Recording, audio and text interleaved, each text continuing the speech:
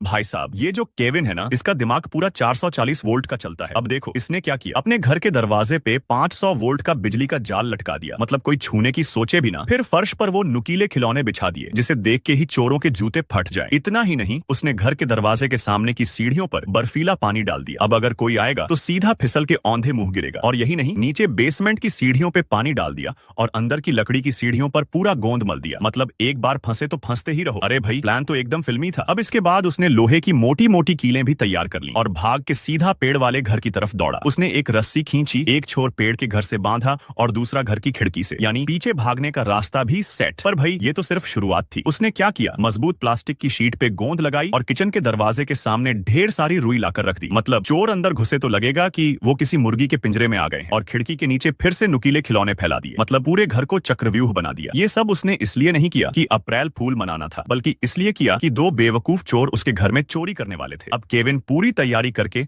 आखिरी बार अपने हथियार चेक कर रहा था कि तभी घड़ी ने 9 बजाए। उसे पता था अब वो दो बेवकूफ आने वाले हैं। वो भागा भागा पीछे के दरवाजे पर गया, पानी की बौछार के साथ खिड़की से ऐलान कर दिया, डरना मत, चोर सच में पहुंच गए। अब उनकी किस्मत का खेल शुरू हुआ। उन्होंने पीछे के दरवाजे से घुसने की सोची, पर केविन ने पहले से ही वहां एक स्प्रेगन रखी थी। जैसे ही चोर ने अपना सिर कुत्ते के दरवाजे से अंदर डाला, केविन ने सीधा उसकी, खैर समझ रहे हो ना, बेचारा चोर दर्द से तड़पता हुआ नीचे बैठ गया और उसका साथी तो बस देखता ही रह गया कि हुआ क्या। और मजे की बात देखो, उसने भी अपना सिर कुत्ते के दरवाजे से अंदर कर दिया। और फिर क्या, दिमाग की ऐसी बैंड बजी कि पूछो मत। केविन तो खुश, एकदम 8 साल के बच्चे की तरह उछल रहा था। अब चोरों को समझ में आ गया कि ये बच्चा इतना सीधा नहीं है। उन्होंने प्लान बदला, अब दो अलग अलग रास्तों से अंदर घुसेंगे। अब बड़ा वाला चोर सीधा मुख्य दरवाजे से अंदर घुसा और बिना देखे समझे सीढ़ियों पर चढ़ने लगा। लेकिन जैसे ही पहला कदम रखा, धड़ाम, एकदम कछुए की तरह उल्टा गिरा। फिर उठा, सोचा इस बार धीरे धीरे चढ़ूंगा। हाथ से रेलिंग पकड़ी, लेकिन किस्मत देखो, फिर से फिसल गया। किसी तरह उसने हिम्मत करके दरवाजा खोला, लेकिन दरवाजे का हैंडल इतना गर्म था कि उसके हाथ की हालत सीधा तंदूरी चिकन जैसी हो गई। इतने में छोटा वाला चोर बेसमेंट में घुसने की कोशिश कर रहा था। उसने जैसे तैसे लाइट जलाने की कोशिश की, लेकिन फर्श पर गोंद लगा था। उसके जूते और मोजे दोनों वहीं चिपक गए। अब बेचारा नंगे पांव ही भागा और सीढ़ियों पर कीलें गड़ी थीं, सो जूतों की कमी का एहसास खूब हुआ। अब दोनों ने मिलकर खिड़की से अंदर घुसने की ठानी, पर जैसे ही अंदर कूदा, फर्श पर फिसल के ऐसे गिरे जैसे किसी ने केले के छिलके पर पांव रख दिया हो। केविन ने यह सब ऊपर की मंजिल से देखा और एक दूध का डिब्बा उनकी तरफ फेंक मारा। दोनों चकमा खा गए और एक दूसरे पर ही गिर पड़े। केविन ने प्लान के हिसाब से छत के रास्ते भागने की सोची। उसने पेड़ के घर तक पहुंचने के लिए रस्सी बांध रखी थी। जैसे ही वो बाहर निकला, दोनों चोर भी उसके पीछे पीछे भागे। लेकिन केविन ने पहले ही प्लान बना रखा था। वो फिसल के पेड़ के घर में पहुंच गया